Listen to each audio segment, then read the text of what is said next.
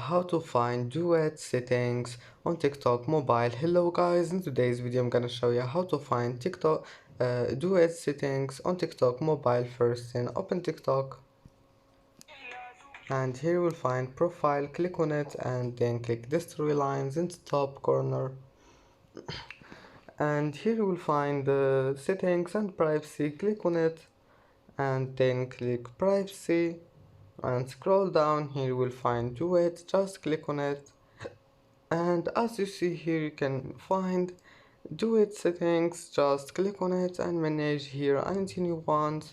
You can change who can do it with your videos, and that's it for today's video. If you like this video, don't forget like and subscribe, and thank you for watching this video until the end, and see you in the next video.